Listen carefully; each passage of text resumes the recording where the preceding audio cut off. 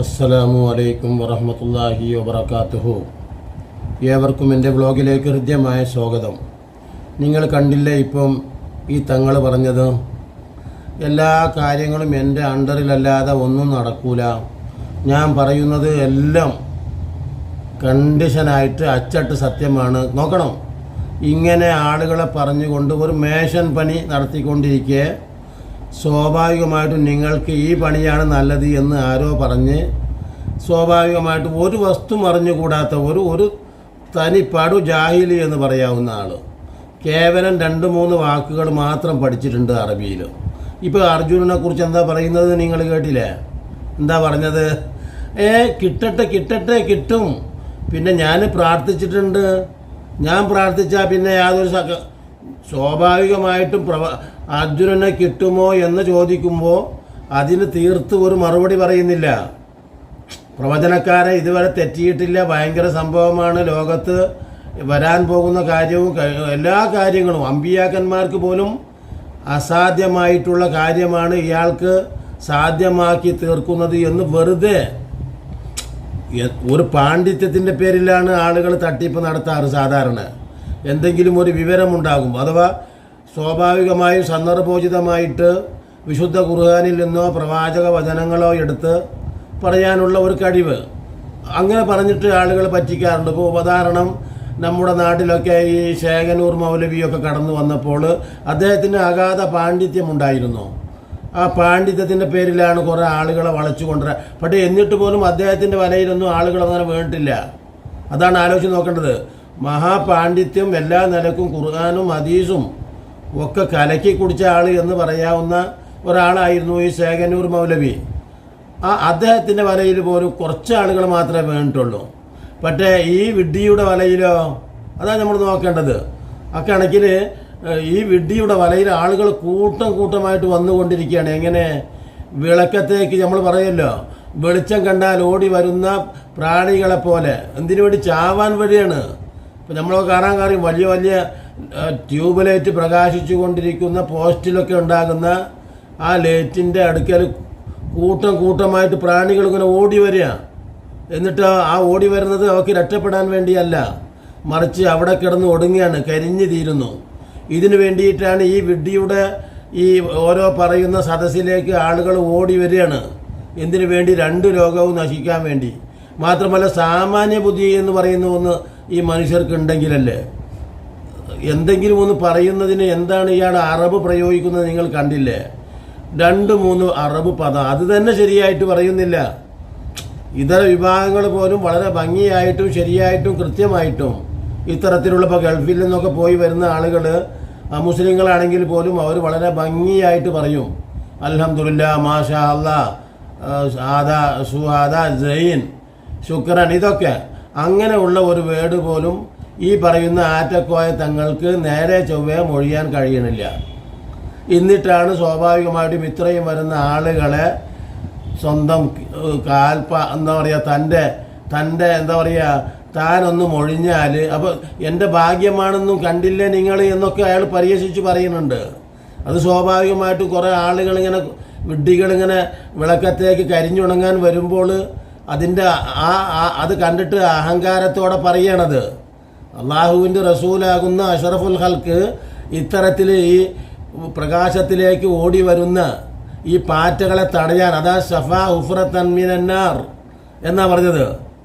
സഫാ ഹുഫ്റത്തൻ മിനന്നാർ എന്ന് പറഞ്ഞ നരകാഗ്നിയെ തടഞ്ഞുകൊണ്ടാണ് ആ പ്രവാചകൻ തൻ്റെ 2 കൈകളും ഉയർത്തി നിൽക്കുന്നത്. ആളുകൾ വിഡ്ഢികളായിട്ട് ഈ നരകാഗ്നിയിലേക്ക് വീഴാൻ വരിക. അപ്പോഴാണ് റസൂലുള്ള അവിടുത്തെ എല്ലാ കഴിവുകളും ഉപയോഗിച്ച് ആ കരിഞ്ഞുണങ്ങി നശിക്കാൻ വരുന്ന അവർക്കറിഞ്ഞുകൂടാ ആ പ്രാണികളെ ആട്ടി ഓടിക്കുന്നത്. അപ്പം ഞാൻ ഇത് കൂടുതൽ പറയാൻ ഇവിടെ നീണ്ടുപോകും. ഞാൻ പറയുന്നത് ഒരു വസ്തു അറിഞ്ഞുകൂടാത്ത ഒരൊറ്റ സുപ്രഭാതത്തിൽ ഒരു വെള്ളക്കുപ്പായവും ഒരു തുണിയും ഒരു തൊപ്പിയും രംഗത്ത് വന്നുകൊണ്ട് 2-3 അറബ് പദങ്ങൾ മാത്രം പറഞ്ഞ്, ഞാൻ അയാളോടുള്ള അസൂയയല്ല, അങ്ങനെ വിചാരിക്കരുത്. നിങ്ങൾ ഈ കമൻറ്റ് ചെയ്യുന്ന വിഡ്ഢികൾ ആലോചിക്കണം. എനിക്കെന്താണ്, ആരെങ്കിലും എന്തെങ്കിലും പറ്റിച്ച് ജീവിക്കട്ടെ. പക്ഷേ ഈ ലോകത്ത് അത് സമ്മതിച്ചു കൊടുത്തുകൂടാ. അതൊരു വലിയ വിപത്ത് വരും. മാത്രമല്ല ഈ പരിശുദ്ധമായ വിപ്ലവാത്മകമായ മതത്തിൻ്റെ പേരിൽ. അതുകൊണ്ടാണ് ഈ ഏറ്റവും ഉത്കൃഷ്ടമായി ഹൈലൈറ്റ് ചെയ്തുകൊണ്ടിരിക്കുന്ന നവോത്ഥാന മതം. ആ നവോത്ഥാന മതം ഇന്നും എല്ലാ ബലാലും ആപത്തും എടങ്ങേറുകൾ മുസീബത്തും ബദരിങ്ങളെ ബർക്കത്തിനാൽ ശിഫയാക്കണം യാ റബ്ബന എന്ന് പറഞ്ഞിട്ട് ഒരു ചെറിയ പുസ്തകത്തിൽ നോക്കിയിട്ട് ഇങ്ങനെ ആടിപ്പാടിയിട്ട് പറയുന്ന ആ വിഡ്ഢികളായ ഭക്തന്മാരുടെ നിസ്സഹായാവസ്ഥയും ജാഹിലിയത്തും ഓർത്താണ് ഞാനിത് പറയുന്നത്. കാരണം ഇത് വിപ്ലവാത്മകമായ മതമാണ്, ഡൈനാമിക് റിലീജൻ എന്നാണ് ലോകം പറഞ്ഞുകൊണ്ടിരിക്കുന്നത് ഇസ്ലാം. ഏതെങ്കിലും ഒരു ജാമിതയും ഏതെങ്കിലും ഒരു ലിയാക്കത്തും ഏതെങ്കിലും ഒരു ആരിഫും പടുവിഡ്ഢികൾ ഈ പറയുന്ന ഈ കോലങ്ങളെ കണ്ടിട്ടാണ് അവർ ഈ പരിശുദ്ധമായ ദീനിനെ പരിഹസിച്ചുകൊണ്ട് അഷ്റഫുൽ ഖൽക്കായ നബി സല്ലല്ലാഹു അലൈഹി വസല്ലമയെയും മറ്റും നിന്ദിക്കാൻ കാരണം ഇത്തരത്തിലുള്ള പടുജാഹിലുകളെ കണ്ടിട്ടാണ്. അതുകൊണ്ടാണ് ഇതിനാരും തടയിടാനും വരുന്നില്ല. മാത്രമല്ല സത്യാവസ്ഥ പറഞ്ഞു കൊടുക്കുന്നുമില്ല വേണ്ടത്ര. ഇനി സത്യാവസ്ഥ പറഞ്ഞു കൊടുക്കുന്ന വിഭാഗത്തെ പല നിലക്കും പഴച്ചവാദികൾ, മുജാഹിദുകൾ, ജമാഅത്തുകൾ, പുത്തൻവാദികൾ എന്നൊക്കെ പറഞ്ഞിട്ട് അപ്പം തന്നെ മുളയിലേ നുള്ളിക്കളിയാണ്. നിങ്ങൾ ആലോചിച്ച് നോക്കൂ, ഇപ്പോൾ അർജുനൻ്റെ പ്രതീക്ഷയോടുകൂടെയാണ് ഓടി നടക്കുന്നത്. അപ്പോഴാണ് വെറുതെ കൃത്രിമമായിട്ട് ഒരു ചെറുക്കനെ കൊണ്ടുവന്നിട്ട് വ്ളോഗ് ചെയ്യിച്ച് ഹൈലൈറ്റ് ചെയ്യാണ്. വ്ളോഗ് ചെയ്യിച്ച് ആ ഓരോ വ്ളോഗിനും അത്യാവശ്യം റീച്ചുമുണ്ട്. എന്തിനാ എന്നിട്ട് ഇങ്ങനെ ഓരോന്ന് പറയണം. അപ്പോൾ ആ കൂട്ടത്തിൽ ചോദിക്കുകയാണ് ഈ ചെറുക്കൻ, അപ്പോൾ എല്ലാം നമ്മുടെ അർജുനനെ കിട്ടുമോ? അർജുനനെ കിട്ടും. പിന്നെ ഞാൻ ദ്വാരത്തിട്ടുണ്ട്, ഞാൻ പ്രാർത്ഥിച്ചിട്ടുണ്ട്. എന്താ ആലോചിച്ച് നോക്ക്. അള്ളാഹുവിൻ്റെ റസൂലാകുന്ന അഷ്റഫുൽ ഖൽക്കാണ് ഏറ്റവും ഉത്കൃഷ്ട വ്യക്തിത്വം എന്ന് മനസ്സിലാക്കുന്നവരല്ലേ നമ്മൾ? അതുപോലെ തന്നെ അമ്പിയാക്കന്മാർ, അവരെക്കാളും മേലെയുണ്ടോ സാധാരണ മനുഷ്യർ? ആ പ്രവാചകൻ എന്തുമാത്രമാണ് അള്ളാഹുവിൻ്റെ വിധികൾ അനുഭവിച്ചത്, അതിൻ്റെ ദുഃഖകരമായ അവസ്ഥ, സ്വന്തം പ്രയാസങ്ങൾ, അവിടുത്തെ മക്കൾ മരിച്ചു വീണത് നോക്കണം. ചെറിയ കുട്ടിയായിരിക്കെ തന്നെ ഇബ്രാഹിം എന്ന കുട്ടിയെക്കുറിച്ച് നബിതങ്ങൾക്ക് വളരെ സ്നേഹമായിരുന്നു. ആ കുട്ടി പോലും 6-ാം മാസത്തിൽ നമ്മെ വിട്ടുപിരിയുന്നു. അതോടൊപ്പം തന്നെ ഒട്ടനേകം തിരുമേനി അനുഭവിച്ച പ്രയാസങ്ങൾ തുല്യതയില്ലാത്തതാണ്. വേദനക്കുമേൽ വേദന. മക്കളൊക്കെ 2 മക്കളെ ഉസ്മാൻ ഇബ്നു അഫ്ഫാൻ റളിയല്ലാഹു അൻഹു വിവാഹം ചെയ്തിരുന്നു. അവർ രണ്ടും മരണപ്പെട്ടു.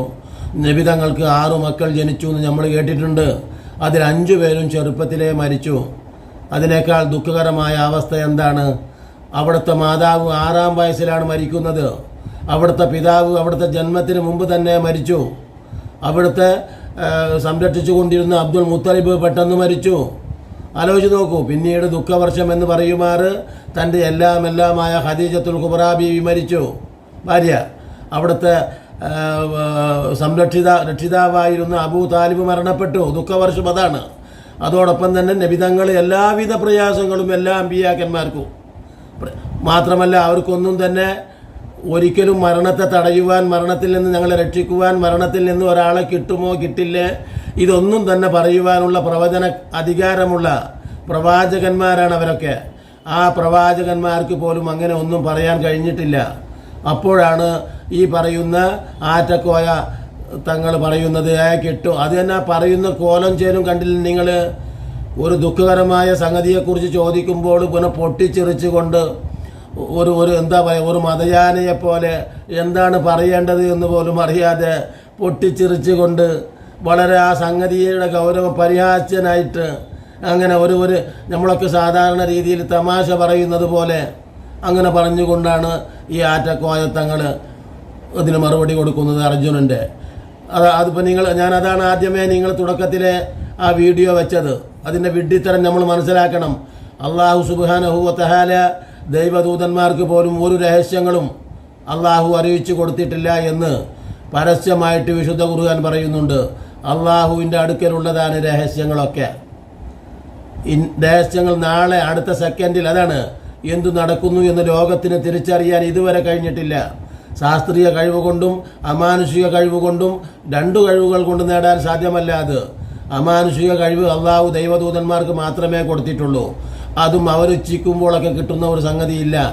അള്ളാഹുവിൻ്റെ ദീനിന് അനിവാര്യമായി വരുന്ന ഘട്ടത്തിൽ അള്ളാഹു അവർക്ക് നൽകുന്ന ഒരു അത്ഭുത സംഭവം, അമാനുഷിക സംഭവം മാത്രമാണത്. അതുപോലും ആ സംഗതിക്ക് മാത്രം, ആ സാഹചര്യത്തിൽ മാത്രം, അല്ലാതെ പൊതുവായിട്ടൊന്നും ഇങ്ങനെ പറയാൻ പറ്റില്ല. മനസ്സിലാക്കണം. അതാണ് നമ്മൾ അത് പിഴച്ചു പോവാതിരിക്കാനാണ് ഞാൻ ഇതൊക്കെ പറഞ്ഞത്. ഇനിയും മാത്രമല്ല, ഇനി മറ്റൊരു സമുദായത്തെ പറ്റിച്ചുകൊണ്ടും കളിപ്പിച്ചുകൊണ്ടും പ്രവചനം തെറ്റാത്ത മൂരാരി ജ്യോത്സ്യർ പറയുന്ന വാക്കോ നോക്കണം. ഞാൻ ഇതുവരെയും ജീവിതത്തിൽ ഇത്രയും കാലത്തിനടുക്ക് 10-65 വയസ്സായിട്ടുള്ള ഈ മൂരാരി ജ്യോത്സ്യൻ ഇതുവരെയും പ്രവചനം തെറ്റിയിട്ടില്ല. ഈ ആറ്റക്കോയ തങ്ങളുടെയും പ്രവചനങ്ങൾ തെറ്റിയിട്ടില്ല. ഇത്രയും ഭയങ്കര സൂക്ഷ്മമാണ്. പല ആളുകൾ ബുക്ക് ചെയ്തിട്ടാണ് മൂരാരിയെ കാണുന്നത്. മന്ത്രിമാർ, കേന്ദ്രമന്ത്രിമാരും ഒക്കെ തങ്ങളുടെ ഭാവി അറിയാൻ നോക്കണോ. ഭാവി ആർക്കാണ് അറിയുക? മനുഷ്യനെ സംബന്ധിച്ചിടത്തോളം അടുത്ത സെക്കൻഡിൽ എന്താണ് ഭാവി എന്ന് ആർക്കെങ്കിലും ഇതുവരെ അറിഞ്ഞിട്ടുണ്ടോ?